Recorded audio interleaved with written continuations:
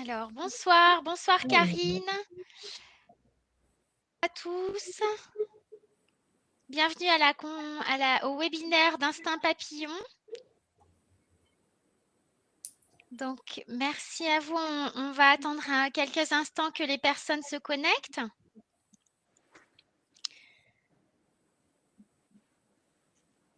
Karine. D'autres personnes. Alors, vous pouvez nous écrire dans le chat. Alors, vous ne voyez pas le chat, mais nous avons vos messages. On peut vous voir. Donc, je fais un petit test chat pour voir. Je dis bonjour à tous ou à toutes. C'est un thème. Vous voyez les messages dans le chat? Non? J'écris bonjour. Oui, ça marche. Non, ça ne marche pas. Oui. Tu vois, toi, Zoubida? Moi, je le vois. Ah, voilà. Oui. Bonsoir Marie-Josée. Bonsoir à tous et à toutes. D'accord, d'accord. Ça y est, on arrive. Ok, merci Zoubida. Ça y est, tout le monde se connecte. Voilà. Bienvenue. Bienvenue Michel.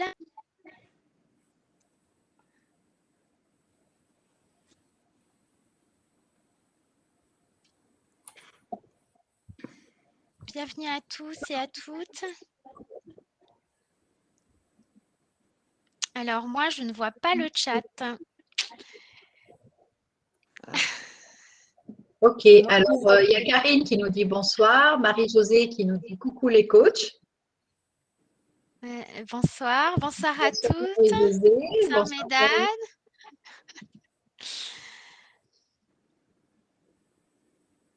Et moi, je ne vous vois plus. Et alors, voilà, on a quelques petits problèmes techniques et on a perdu Zoubida, la caméra. Ah bon? Alors, on ne voit plus ta caméra. Ah ben, j'ai rien touché. Ah. On ne voit pas là? Non, on t'entend, mais on ne te voit pas. Alors moi, je vois tout le monde et j'entends tout le monde. Ah bon, bah écoute. Des problèmes de connexion. Alors, est-ce que vous pouvez nous dire dans le chat si vous nous voyez, si vous nous entendez? S'il vous plaît, ça nous aiderait pour qu'on... Ah, je vois Zoubida, nous dit Marie-Josée. Merci Marie-Josée. Michel, bonsoir. Bonsoir à tous et à toutes. Ah bah voilà. Françoise, bonsoir. Et bienvenue. Et vous les filles, vous ne me voyez pas? Ça y est, je te vois de nouveau. Alors oui, Sandrine a un petit problème technique ce soir. Elle est avec nous, mais elle ne nous voit pas. Voilà, c'est la magie du direct, hein, comme disent les pros. Alors, qu'est-ce qu'on fait? Est-ce qu'on commence? Qu'est-ce que vous en pensez, mesdames? Ouais, on commence? Oui, je pense qu'on peut commencer, oui. Allez, c'est parti. Donc, bienvenue à toutes, bienvenue à tous. Merci pour votre fidélité pour les personnes qui ont l'habitude d'être avec nous pour les webinaires d'Instinct Papillon. Et pour celles et ceux qui nous rejoignent pour la première fois, bienvenue et merci de nous rejoindre. Vous êtes de plus en plus nombreux à vous inscrire pour nos webinaires, donc on vous remercie pour ça. Alors, pourquoi on est là ce soir? On est là ce soir pour parler de maternité, de ménopause et pour parler de ces étapes de la vie des femmes et de leur impact sur le poids. Pourquoi on grossit spécifiquement à ces étapes-là? Alors, on va échanger ce soir et puis vous allez comprendre et puis on va vous apporter des solutions. Pourquoi vous grossissez particulièrement, pourquoi nous les femmes grossissons particulièrement à ces étapes de la vie. Vous verrez que ce n'est pas une fatalité. Alors, qui sommes-nous, Instinct Papillon? Donc, Instinct Papillon est né d'un rêve. C'est le rêve de 4 coachs, expertes en comportement et en fait, on a souhaité partager avec le plus grand nombre, notre passion pour la santé, le corps, le bien-être, à travers des valeurs humaines et donc notre collectif a pour but de vous informer, de vous accompagner dans une grande aventure de la découverte et de l'épanouissement de soi. Donc n'hésitez pas à nous poser vos questions, hein, pendant le webinaire, à partager vos expériences dans le chat. Je vais nous présenter un petit peu plus précisément, en commençant par Sandrine, donc qui ne nous voit pas, qui nous avons le plaisir et l'honneur de l'accueillir au sein de ce collectif pour cette belle mission. Donc Sandrine Genelot. Bonsoir et merci Gwen. Bonsoir tout le monde. Bonsoir Christine Maufroy. Bonsoir tout le monde. Nous avons Zoubida Kohar. Bonsoir tout le monde. Et je suis Gwenaëlle. Nous sommes toutes les 4 coachs neurocomportementalistes en nutrition, agréés méthode mère.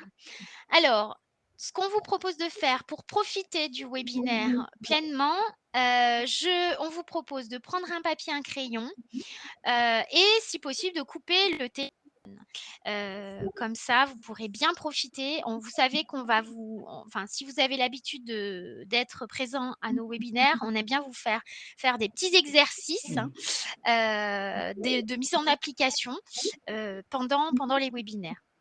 Alors, si néanmoins vous ne pouvez pas les mettre en application ou autre, ne vous inquiétez pas parce qu'on vous a concocté un e-book que vous recevrez dès demain et toutes les personnes inscrites au webinaire vont recevoir cet e-book sur la base des infos que nous partageons avec vous ce soir et également les outils. Donc, n'hésitez pas, en tout cas, à poser vos questions, à partager et merci d'avance pour tous vos partages. Merci en tout cas. Oui, Michel nous dit, on vous voit, on vous entend. Pour moi, c'est parfait. Merci, merci, mesdames. Alors, on a beaucoup de dames aujourd'hui parce que c'est essentiellement des thématiques destinées aux dames. Alors, sans plus attendre, je vous propose de commencer. Et si tu veux bien, Zoubida, on va commencer par toi. Est-ce que tu pourrais nous expliquer ce qui se passe dans le corps d'une femme lorsqu'elle est enceinte? Oui, Gwenaëlle. Donc, quand on est en état de grossesse, c'est un moment privilégié dans l'étape d'une vie de femme. Être maman, c'est certainement la plus merveilleuse des aventures qui puissent nous arriver. Le lien qui unit l'enfant et sa maman est puissant et unique. La grossesse, c'est beau, c'est magique, c'est donner la vie, l'amour, le bonheur. Puis ensuite, nous allons passer à un cap qui est très important, c'est d'entrer dans l'âge adulte. Nous poussons la génération de nos parents vers celle des grands-parents. Et nous devons, à notre tour, nous devenons mères. Puis sans même le vouloir, nous repensons à notre enfance, à la petite fille que nous étions, au rôle joué dans notre vie par nos parents. La grossesse est une période de changement rapide pour notre corps, avec ses transformations tant sur le plan physique que physiologique. Sur le plan physiologique, qu'est-ce qui se passe? On va avoir une augmentation de toutes les hormones de l'organisme. Nos seins vont doubler de volume et être beaucoup plus sensibles. Puis, nous allons avoir une prise de poids pour les besoins du bébé. Ce sont les principaux, et le ventre qui s'arrondit bien sûr au fur et à mesure. Ce sont les principaux signes de grossesse. Et nous allons avoir aussi les signes psychologiques. Donc, c'est une nouvelle relation avec notre corps qui commence. En quelque sorte, être enceinte, c'est aussi se sentir relié à quelque chose de grand, de beau, d'organique. Sentir le bébé bouger, le sentir grandir tout doucement, c'est une des plus belles expériences. Penser à ce futur bébé dans ses bras fait du bien à notre imagination. Et puis, on a notre entourage qui est plein d'attention. Nous sommes rayonnantes et épanouies. Voilà, Gwenaëlle. Ah, OK, OK. Alors effectivement, il se passe tout ça dans notre corps, dans nos pensées, mais est-ce qu'on a aussi des pensées négatives ou des croyances, limitantes durant la grossesse? Alors oui, en parallèle, selon notre vécu et les modifications hormonales que nous subissons peuvent avoir un impact sur notre sécurité émotionnelle et engendrer de l'anxiété, des peurs. Mmh. Donc, la peur de perdre son bébé, de prendre du poids en excès, de ne pas retrouver son corps d'avant, ou la peur d'accoucher tout simplement, parce que bah, c'est l'inconnu, surtout pour un premier enfant. Mmh. Mais qu'est-ce qui se cache derrière ces peurs? Ce sont les croyances, ces croyances limitantes qui nous pourrissent la vie et qui nous limitent parce qu'on croit dur comme fer. C'est ce que nous prenons pour la réalité alors que c'est notre imaginaire, tout simplement. Si je vous donne pour exemple, dans ma famille, j'ai entendu quand j'étais petite que ma mère et mes tantes ont pris du poids en excès, mais qu'elles n'ont jamais perdu après leur accouchement. Elles ont perdu très peu de poids. Donc, c'est ancré dans mon cerveau. Ce qui fait que moi, en étant enceinte, j'y crois tellement que, comme c'est ma famille, je me dis, ben, je vais faire pareil. Je ne pourrai pas perdre mes kilos. Et c'est une pensée qui me tourne en boucle dans la tête. Ou Mmh. alors, on a déjà entendu, vous avez déjà entendu, il faut manger pour deux. Manger mieux pour deux, oui, mais pas deux fois plus, puisqu'on sait que durant la grossesse, les besoins en énergie n'augmentent que légèrement. Donc ces craintes, ces peurs, ces angoisses vont entraîner un sentiment de malaise psychique et physique. Et ils nous mettent dans un état de stress permanent. Qu'est-ce qui se passe? C'est que notre corps va réagir en déclenchant l'hormone de stress, le cortisol. Lui, il va nous donner cette sensation de faim. Nous avons envie de manger plus gras, plus sucré. Pourquoi faire? Pour nous réconforter, nous rassurer. Puis on va se dire tout simplement, ben, c'est mon état de grossesse qui me fait grossir. Mais non, ceux qui se cachent derrière ces compulsions, ce sont les comportements dits neuro-inconscients. Se questionner sur l'origine de ces peurs aidera à réduire son anxiété. Mais sachez, rassurez-vous, la très grande majorité des grossesses se terminent par la naissance d'un bébé en bonne santé, et en bonne santé aussi pour la mère, fort heureusement. Donc quand on est en état de grossesse, enceinte, c'est l'occasion de s'écouter enfin, de se faire plaisir, de manger lorsque nous avons faim et ce dont nous avons vraiment envie, de se reposer lorsque nous en ressentons le besoin, de prendre le temps aussi de se détendre par diverses activités telles que la marche, la nage, prendre des bains chauds ou se faire des massages. Mmh. Voilà, Gwenaëlle. Merci Zoubida, merci. Alors n'hésitez pas dans le chat à partager, ce que vous avez vécu ou ce que vous vivez, si vous êtes enceinte actuellement, à partager vos expériences, vos retours. Alors comment faire, Zoubida, est-ce que tu auras un outil à nous proposer, pour se libérer des croyances, des peurs imaginaires, et qu'on peut avoir, toutes celles que tu listais notamment, qu'on peut avoir pendant la grossesse? Est-ce que tu as un Oui, outil pour ça? j'ai un outil, donc c'est un outil où on fait le focus sur les pensées négatives en lien avec la grossesse. Donc, ça va être l'objectif, c'est que cet outil est établi, va nous permettre d'établir une cartographie de notre grossesse. Donc, mesdames, ce que je vais vous demander, si vous êtes prêtes, on va faire comme une interrogation écrite, c'est-à-dire, moi, je vous pose les Allez, questions, et puis vous me répondez. Vous au répondez, vous travail, écrivez. Voilà, vous sur écrivez sur votre votre carnet feuille, ouais, ou dans le ou, chat si vous le ou dans le souhaitez, chat. mais en tout cas sur votre feuille. Alors, je vais vous demander de noter les aspects négatifs durant votre grossesse. Quels sont les inconvénients? Les changements qu'elle induit dans votre mode de vie. Les risques potentiels. Ce que vous croyez par rapport à celle-ci. Puis les autres pensées ou conséquences. Maintenant, ce que je vais vous demander, c'est de noter les aspects positifs, tous les avantages. Mmh.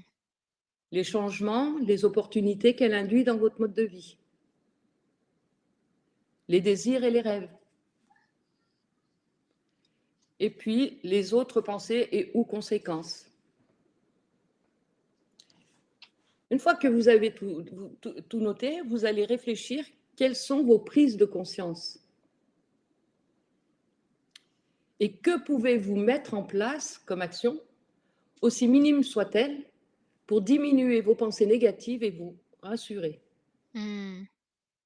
Voilà mon outil.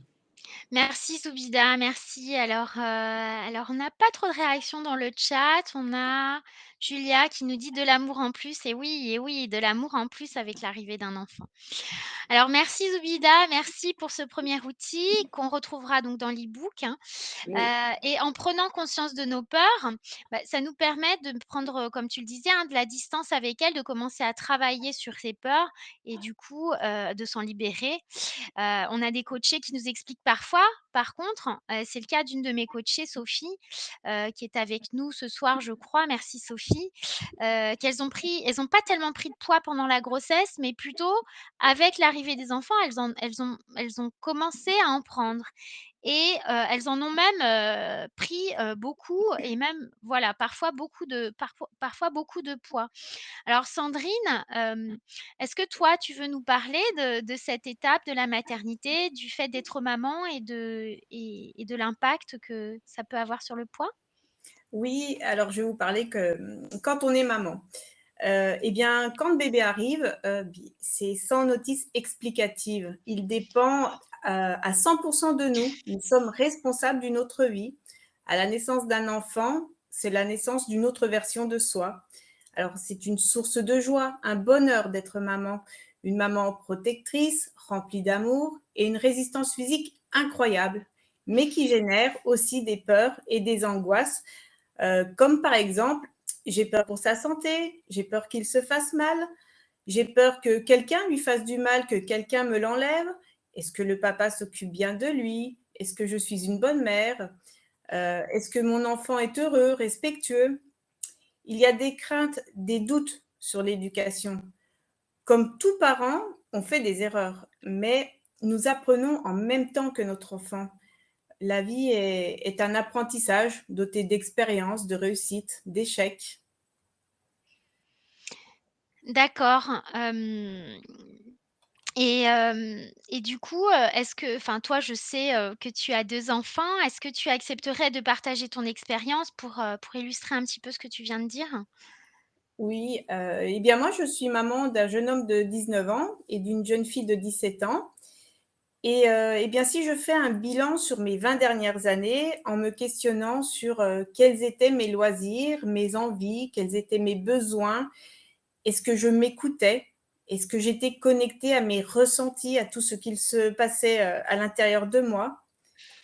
Alors, notre existence s'organise autour de nos enfants. Ils sont, notre priorité. Donc, focaliser sur eux et prise dans le tourbillon de la vie, boulot, maison, dodo, courses, ménage, école, eh bien, je me suis oubliée. Fatigue, surmenage, très peu de temps pour moi, à vouloir tout gérer, tout contrôler. Je me suis oubliée en tant que femme, en tant qu'individu. Alors consciemment ou inconsciemment, hein, je n'ai pas écouté mon corps, je n'étais pas une priorité. Au fil du temps, j'ai perdu la conscience d'être, d'exister. Mais aujourd'hui, j'ai connaissance que plusieurs facteurs ont été à l'origine du surpoids. Et bien avant la maternité, je souhaitais perdre quelques petits kilos en trop avant mon mariage et pour anticiper une future grossesse. J'ai donc commencé avec un nutritionniste. Et là, ça a été le début du cercle infernal, avec perte de poids, reprise de poids. On suivit différents régimes, l'effet yo-yo, la perte des sensations de faim et de satiété, une mauvaise estime de soi, ajouter à cela un mal-être, des croyances limitantes, des blocages, les stress, les peurs quand on est maman. Finalement, pendant toutes ces années, je n'ai pas su tout gérer. Je n'ai pas écouté mes émotions, je n'ai pas répondu à tous mes besoins. Alors, pour se protéger, pour résister, mon corps s'est créé une armure. Il a pris du poids. Car le surpoids joue un rôle de protection, mais il a une véritable raison d'être. Et ça, je l'ai compris en janvier 2020, lorsque j'ai été formée à la méthode mère. Et depuis, j'ai perdu du poids. J'ai eu de nombreuses prises de conscience. J'ai changé des comportements. J'ai gagné en bien-être. J'ai appris à m'écouter. La solution pour perdre du poids durablement se trouve dans la tête et pas dans l'assiette. Et il est primordial de savoir s'écouter. Et surtout, n'oubliez pas que le stress est la première cause du surpoids et il a de multiples impacts sur notre santé. Alors, est-ce que toi aussi, Sandrine, tu aurais un outil à partager pour nos auditrices? Alors oui, j'ai un Ah oui, outil. alors du coup, je vais le partager. Oui, je te laisse partager. Voilà. Alors, Cet outil s'appelle s'occuper de son corps et de sa féminité avec bienveillance. Alors, je vous demande juste un petit instant de petite logistique. Voilà, ça y est, il est affiché, Sandrine. Ok, Oui. donc l'objectif de Parce cette... que je vous rappelle que Sandrine ne voit pas l'écran. Donc Voilà, l'objectif de cet outil, c'est je de suis. prendre conscience que de martyriser son corps n'est pas la solution. Donc, je vous invite, si vous souhaitez faire cet outil, à prendre une feuille, à faire 2 colonnes. Dans la première colonne, ce sera s'occuper de son corps, de sa féminité avec tyrannie et rigidité. Alors, pardon, excuse-moi Sandrine, je te coupe. N'hésitez pas, mesdames, à partager, vos retours, en tout cas, vos réponses dans le chat si vous le souhaitez, mais en tout cas, vous pouvez aussi le faire sur votre cahier, vous le retrouverez dans l'e-book. Excuse-moi Sandrine, mais n'hésitez pas à partager dans le chat. Donc voilà, donc la première colonne, je ne sais pas si tu as affiché, mais voilà, dans Si cette elle est colonne, affichée, ouais. ok. Donc dans cette colonne, les questions, c'est pour quelle motivation, dans quel but, quel comportement, ce que je fais, ce que je pense, ce que je ressens dans mon cœur, ce que je ressens dans mon corps. Et dans la deuxième colonne, ça sera s'occuper de son corps, de sa féminité avec bienveillance et flexibilité. Et on répondra aux mêmes questions. Pour quelle motivation, dans quel but, quel comportement, ce que je fais, ce que je pense, ce que je ressens dans mon cœur et ce que je ressens dans mon corps. Si vous éprouvez des difficultés à vous imaginer bienveillante envers vous, imaginez que vous devez aider une amie à s'occuper d'elle. OK. Du coup, alors on a, Sophia qui nous dit: «Je me brosse les cheveux de façon brutale en tirant dessus». Merci Sophia et oui, ça c'est de la tyrannie effectivement, hein. On peut se coiffer en prenant soin de ses cheveux. Andrea: «Je ne peux pas me regarder dans le miroir». Véronique: «Je ne m'accepte pas, je m'insulte, tout est négatif chez moi». Ouais, c'est très, très dur effectivement. Et Marielle qui nous dit: «Accepter de se découvrir, prendre le temps de prendre soin de soi avec douceur». Sophia qui dit: «Je m'accepte quand même avec mes défauts, mes qualités». Merci, merci pour vos partages mesdames. Est-ce qu'il y a autre chose? N'hésitez pas à donner, à poser vos questions d'ores et déjà et puis si vous en avez et puis, à partager vos réponses. On a la question de Marie aussi qui nous dit: «Je suis en surpoids depuis toute jeune. Ma maman était en surpoids et ma fille de 11 ans est en surpoids. Qu'est-ce que je peux faire?» Qu'est-ce que je peux faire? Nous demande Marie. Est-ce que tu veux répondre à la question de Marie, Sandrine? Ouais? Oui, je peux bien répondre Merci. à sa question. Donc Marie, eh bien le surpoids est un symptôme. Donc il n'est pas là par hasard. Il est important de le comprendre pour l'enrayer. Dans un premier temps, il faut réapprendre à s'écouter et à manger de façon innée. Puis, nous allons travailler sur les comportements neuro-inconscients. Ces comportements qui vous poussent à stocker et à manger alors même que vous n'avez pas faim. Alors, en déprogrammant ces comportements inadaptés qui sont en lien avec les stress inconscients, eh bien, Marie, vous irez mieux et par effet miroir, votre enfant ira mieux aussi. Il faut comprendre que le surpoids, c'est pas une fatalité et l'accompagnement permet de faire un très beau travail sur soi et puis de rayonner sur votre entourage. Voilà. Et puis pour les enfants, nous avons également un protocole de prise en charge pour les enfants, les adolescents, les jeunes. Donc n'hésitez pas à vous renseigner. Voilà. Mmh. On a encore Véronique qui nous dit: «Je n'aime pas qu'on me touche, qu'on me masse, je ne prends pas soin de mon corps», hein. C'est très fort, hein. Et ne pas être négative avec son corps, prendre soin de son corps avec flexibilité et amour, hein, comme vous nous le disiez tout à l'heure, super. Alors puisqu'on l'évoque, merci Marie pour la question, hein, merci pour cette, bonne question. La puberté aussi est un changement, important dans la vie d'une femme. Est-ce que tu veux nous en parler de nouveau, Sandrine? Oui, donc la puberté, eh bien, notre corps se métamorphose à la puberté. C'est un processus inné et naturel, une étape fondamentale dans la vie d'une jeune fille. En moyenne, vers l'âge de 10 ans, l'enfant devient une jeune fille. Cette transformation dirigée par les hormones provoque des changements physiologiques et émotionnels. Ça change dans la tête et dans le corps. La poitrine s'arrondit, la pilosité augmente, les hanches s'élargissent un peu, les organes sexuels se développent, c'est l'arrivée des règles, les sautes d'humeur et des nouveaux sentiments sont éprouvés, comme par exemple le désir.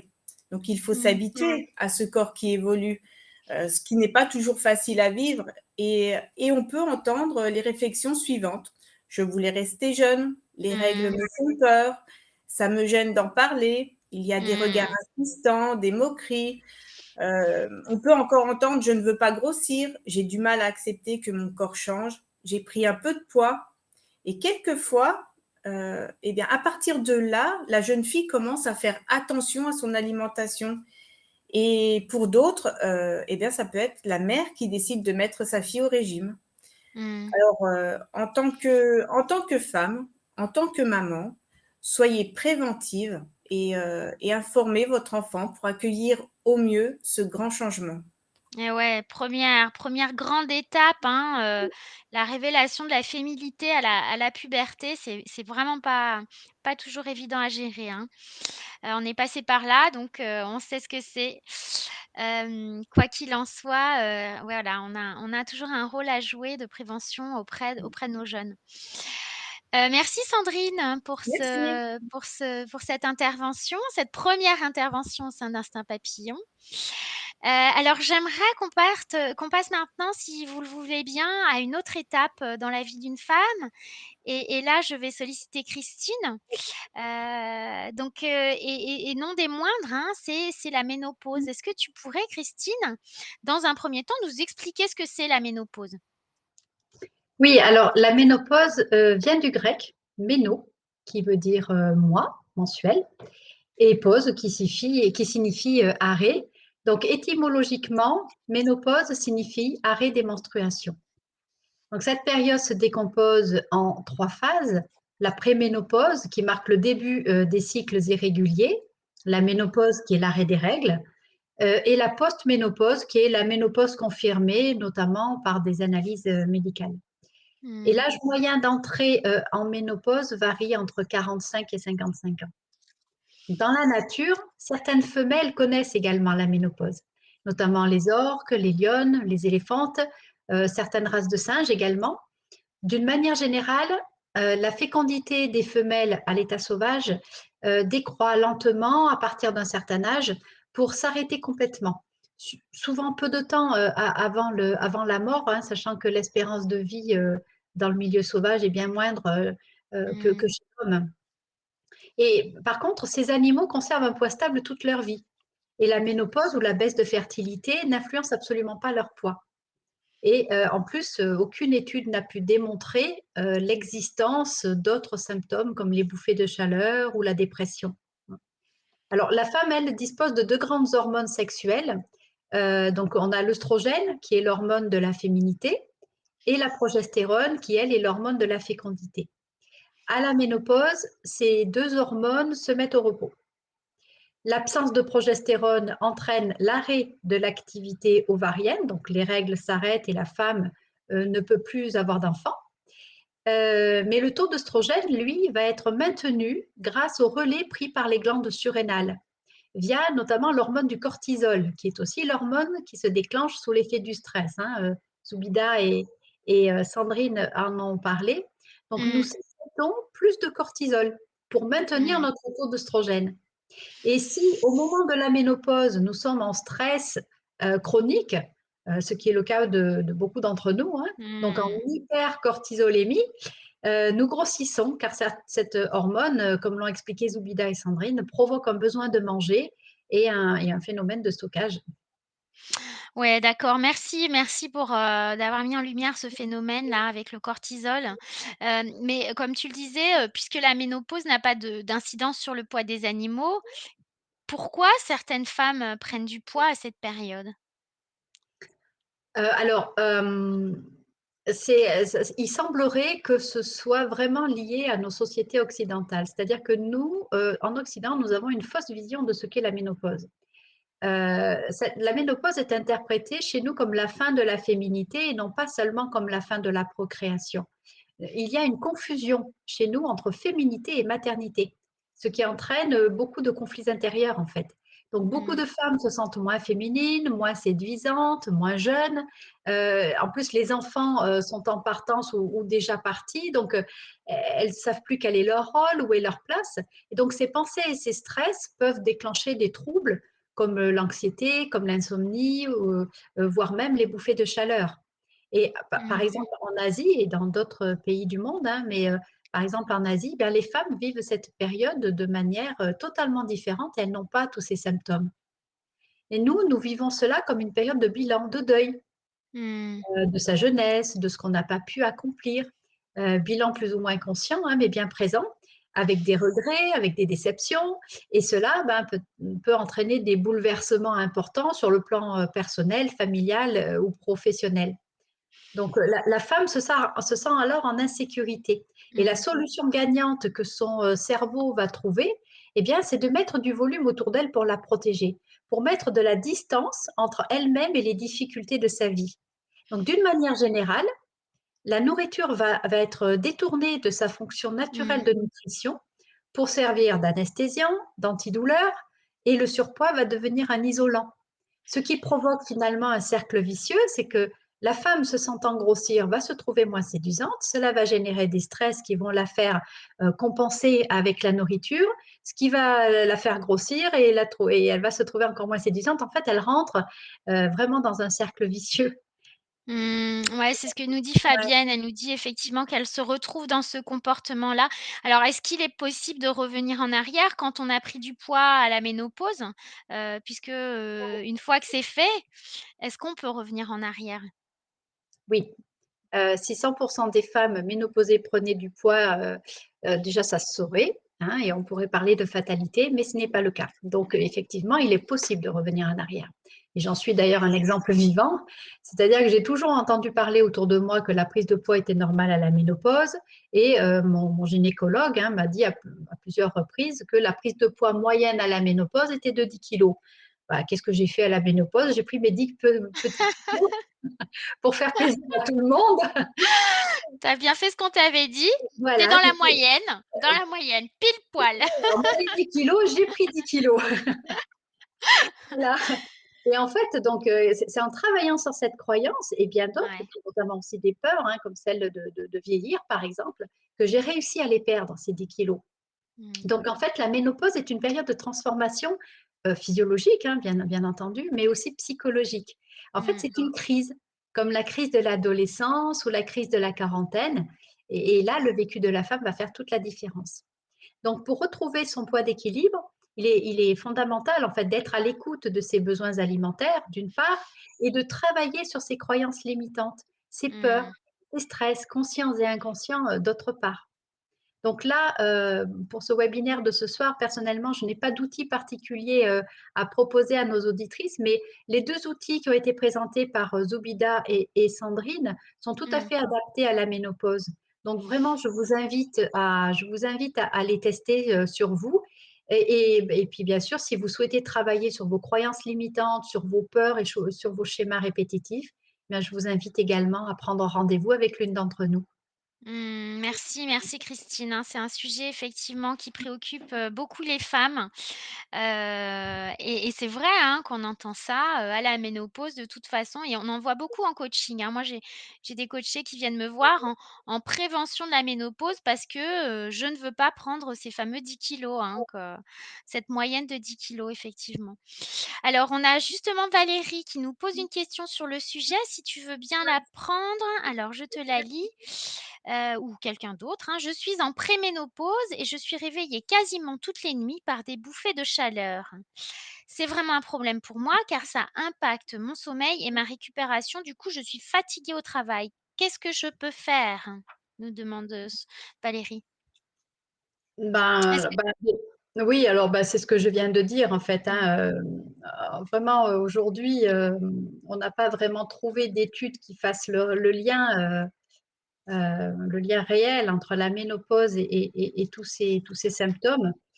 Et en fait, je pense qu'il faut aller chercher du côté des croyances. Valérie, hein, oui, Valérie, Valérie. vraiment, je vous invite à regarder quel est votre état d'esprit par rapport à votre ménopause, comment vous vivez ça, quelles sont vos peurs derrière, hein, qu'est-ce que vous avez entendu dire toute votre vie ou dans votre enfance peut-être. Est-ce que vous avez une référence à une maman, à une grand-mère, et donc dans le transgénérationnel, il se pourrait que vous reproduisiez le même schéma. Donc vraiment, voilà, je vous invite à faire ce travail-là, à vous faire aider si vous en ressentez le besoin. Et une petite astuce, moi, qui m'a beaucoup aidée, voilà, pendant ce travail-là, en fait, en attendant voilà, que tout s'arrange, eh bien, c'était de prendre de la sauge. J'en ai pris sous forme de tisane et j'en ai pris sous forme d'huile essentielle. Et vraiment, la sauge, c'est vraiment la plante de la féminité. Et ça a été d'un très grand secours pour moi. Je pourrais même dire que ça m'a carrément euh, permis d'évacuer les bouffées de chaleur, et je n'ai pas eu de symptômes, à part la prise de poids, mais je n'ai pas eu d'autres symptômes en prenant ça. Donc, vous pouvez vous rapprocher d'un naturopathe ou de votre pharmacien et demander des conseils, parce que je sais que pour certaines maladies, c'est peut-être déconseillé à voir. Mais voilà, si vous n'avez pas de problème particulier, tentez la sauge. Mmh. Merci pour ce bon conseil, Christine. Et alors, restez avec nous, hein, il y a déjà des questions dans le chat et on va répondre à vos questions dans un instant. Il y a déjà plusieurs questions. Merci à vous. Et vous avez raison de profiter de la présence de nos expertes, coach neurocomportementaliste en nutrition, agréée méthode mère. Donc effectivement, il y a de nombreux, bouleversements, dans la vie d'une femme, hein. Alors pour sortir de la problématique du surpoids, c'est important de réapprendre à manger selon nos instincts en apportant à nos cellules tous les nutriments nécessaires à son bon fonctionnement, hein, à leur bon fonctionnement. Et les neurosciences et l'épigénétique, qui sont les 2 sciences, principales sur lesquelles s'appuie la méthode mère, mais également sur, beaucoup d'autres, sciences. Elles nous apprennent quoi ces sciences-là? Elles nous apprennent que d'autres mécanismes en lien avec nos peurs peuvent être révélés par la grossesse, la naissance d'un enfant, la ménopause. On en a, eu pas mal d'exemples ce soir. Donc il est indispensable d'agir sur ces stress inconscients, ces stress qui provoquent, des comportements réactifs qui sont transmis par héritage épigénétique dans la mémoire cellulaire. Et si ces comportements ne sont pas conscientisés, ils ne sont pas modifiés dans l'expérience, eh bien la réaction de protection, donc de prise de poids, de prise de volume, elles vont pas cesser. Et quand la vie est difficile, quand elle est vécue comme un combat, et ben, de façon consciente ou pas, la fonction de la nutrition est détournée, hein, comme nous l'ont expliqué, nos intervenantes ce soir. Et la nourriture donc devient un réconfort, un antidépresseur, un antidouleur, un refuge. Et c'est le cerveau, hein, qui est le grand instigateur de cette stratégie. C'est un mécanisme de protection. pas à pas, on démonte les mécanismes conscients en coaching hein, et inconscients qui poussent à manger par compensation. Donc, il est primordial de savoir s'écouter. Je crois que c'était le fil rouge hein, ce soir de ce webinaire. N'oubliez pas que le stress, comme nous l'a dit Sandrine tout à l'heure, c'est la première cause de surpoids et il a de multiples impacts sur notre santé. Les CNI, les comportements neuro-inconscients, sont l'exclusivité de la méthode mère. Ce sont des outils extrêmement puissants pour libérer les personnes de ces stress. Ils permettent de s'en libérer pour la grossesse, avant, après, pendant la vie de maman. Idem pour la ménopause, Christine nous l'a expliqué. Hein, et ce sont donc tous ces événements dont on a parlé ce soir. Donc, ce qu'on veut vous dire, c'est qu'il n'y a pas de fatalité. C'est jamais trop tard pour entamer un coaching, s'engager dans un coaching. Merci pour votre attention. Merci pour vos questions. Donc, d'ici quelques heures, vous allez recevoir en cadeau dans votre boîte mail l'e-book de ce webinaire avec toutes les informations et les outils partagés. Et alors, n'hésitez pas pour vos questions. Alors, on a la question de Noémie en vrac. Hein, j'y vais, les filles. S'il y en a une qui veut répondre à la question de Noémie, qui nous dit « J'ai un projet de grossesse. Est-ce que je peux faire un coaching ou est-ce que c'est contre-indiqué ?» Est-ce que quelqu'un veut y répondre? Je pense que non, pas du tout. Si il y a un projet de grossesse, au contraire, c'est bien de pouvoir se faire accompagner, surtout si on a des craintes, des peurs. Et c'est ce qu'on expliquait tout à l'heure, c'est les comportements neuro-inconscients. Et c'est justement d'identifier ces peurs pour justement diminuer l'anxiété et puis de pouvoir s'épanouir plus rapidement. Parce que si on reste avec ses peurs, comme je disais tout à l'heure, la femme ne s'épanouit pas. Ouais, d'avoir une plus belle grossesse en fait. Hein. Voilà. L'idée, c'est d'avoir une plus belle grossesse en éradiquant ses peurs et ses croyances préalablement à la grossesse. Donc, si vous avez un projet de grossesse dans les semaines, dans les mois qui viennent, c'est le bon moment, effectivement, Ouais. hein, pour s'engager dans ce travail. Il y a Solène aussi. Oh, pardon, excuse-moi, Zoubida, tu voulais compléter? Non, mais c'est bon, c'est bon. C'est bon? Merci. Oui. Il y a Solène qui nous dit « Ça fait 30 ans que je prends du poids inexorablement. Ça a commencé après la naissance de ma première fille, il y a 30 ans donc. Est-ce qu'on peut encore agir sur ces vieux kilos bien installés ?» Est-ce que quelqu'un veut nous en parler? Ouais, c'est pareil que pour la ménopause en fait, hein, c'est ça? Oui, bien sûr, on peut en venir. Moi, j'ai des clientes qui ont commencé à prendre du poids à l'adolescence, qui ont même parfois qui sont parfois en gros surpoids. Et tout doucement, le poids lâche, parce qu'à partir du moment où elles s'apaisent, à partir du moment où leur relation à la nourriture devient plus saine, plus naturelle, plus décontractée, eh bien, voilà, elles sont plus à l'écoute d'elles-mêmes. Et puis, en travaillant, hein, comme Zoubida l'a expliqué, sur toutes les croyances, sur toutes les peurs, ça, c'est vraiment le socle hein, de la méthode. Eh bien, petit à petit, le poids lâche et puis elles continuent à lâcher au fil des mois et elles finissent par perdre leurs kilos jusqu'à retrouver un bon équilibre. Oui, bien sûr, il n'y a aucune contre-indication. Alors, on a la question de Valérie. Vous parlez beaucoup de stress inconscient. De quoi s'agit-il? Pouvez-vous m'en dire plus? Alors, qui veut prendre cette question? Tu veux y aller, Christine? Vas-y. Oui, peut-être Sandrine, si elle veut Ou répondre. Sandrine, oui. Alors, Sandrine, elle ne nous voit pas, mais elle nous entend. Tu nous entends toujours, Sandrine? Oui. Non, mais vas-y, Christine, si tu veux répondre.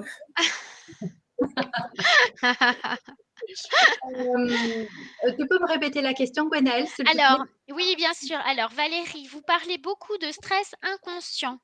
De quoi s'agit-il? Pouvez-vous m'en dire plus? D'accord.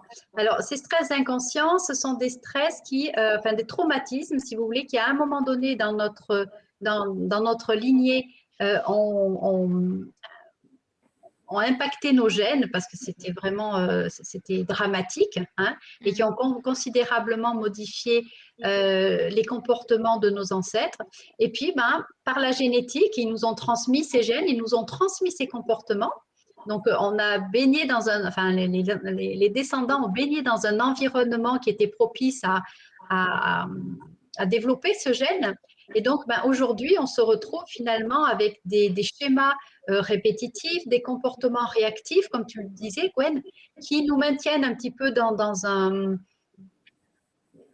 une prison finalement, hein, dont nous avons du mal à sortir. Hein. On voudrait dire non, mais on n'ose pas. Et on n'en a pas conscience la plupart on du n'en a temps, pas en fait. conscience. Ouais, On ouais, finit ouais. notre assiette alors qu'on n'a plus faim. Enfin, plein de Voilà. petits comportements comme ça qui font que. Donc en fait, tout ça, c'est de l'épigénétique. Mm. Voilà, les comportements neuro-inconscients sont issus de l'épigénétique. Donc, de la même manière que ces comportements ont été réveillés, eh bien, en modifiant notre environnement, c'est-à-dire en modifiant notre pensée, notre façon de vivre, eh bien, on peut changer la donne. On voit beaucoup, hein, pour compléter ce que tu dis, pour illustrer peut-être, Christine, on voit beaucoup pendant les coachings des personnes qui nous disent mes parents, mes grands-parents ont connu les privations pendant la guerre, ou alors des parents, des personnes qui ont des parents émigrés de Pologne ou d'Afrique du Nord, qui ont connu des vraies privations, c'est-à-dire pas la société d'abondance dans laquelle on vit aujourd'hui, mais qui, moi j'ai une coachée qui me dit le morceau de beurre, il devait faire la semaine chez moi, hein, un tout petit morceau de beurre comme ça. Donc chez nous, on finissait l'assiette. Enfin, mais chez mes parents ou mes grands-parents, c'était absolument impensable de ne pas manger, de ne pas terminer son assiette parce qu'on n'était pas sûr de pouvoir manger demain. Et c'est vrai que aujourd'hui, ces comportements-là ne se justifient plus, hein, puisqu'on est dans une société quand même où l'abondance est reine. On fonctionne encore comme si on était en guerre. Et on fonctionne encore comme si on risquait de manquer de nourriture demain, avec un frigo plein, des placards pleins. Quand on est confiné, on remplit, on fait des stocks pour des mois. Et puis, le meilleur des solutions, c'est encore de stocker la nourriture directement sur soi sous forme de graisse, hein. On le voit beaucoup, ça. Donc ça, c'est quelque chose qu'on voit vraiment. Enfin, je pense, mesdames, je ne sais pas ce que vous en pensez, mais en coaching, on rencontre énormément ce genre de personnes. Ouais. Je ne sais pas si vous partagez ça, Oui, ouais. moi je partage tout à fait. Ok. Tout à fait, pareil. Alors, on a un témoignage aussi de Célia. J'ai commencé mon coaching alors que je n'avais pas de projet de grossesse. Je n'avais que quelques kilos en trop, mais j'étais surtout dans le contrôle alimentaire, poussée à l'extrême. Et oui, c'est ma coachée, Célia. Aujourd'hui, je suis enceinte de 5 mois et je vis cette grossesse avec tellement de bonheur, sans contrôle alimentaire et sans stress. J'écoute mon corps, je lui fais confiance et tout se passe bien. Quel bonheur de donner la vie avec une telle confiance en soi, en son corps et en la vie. Merci, merci beaucoup à toi. C'est joli. Est-ce qu'on a d'autres questions dans le chat? N'hésitez pas. Ok, bon écoutez, on est à 47 minutes. Merci pour votre participation.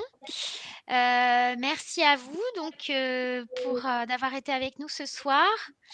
Et puis demain, vous recevrez pour les personnes inscrites. Il y a des personnes qui nous ont rejoints en cours de webinaire aussi. Donc, vous recevrez le replay.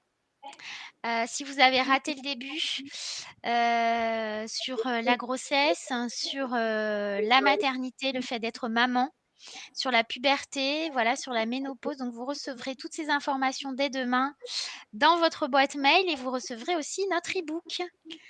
Alors, on vous salue, mesdames, puisqu'on n'a eu que des dames ce soir et pour cause.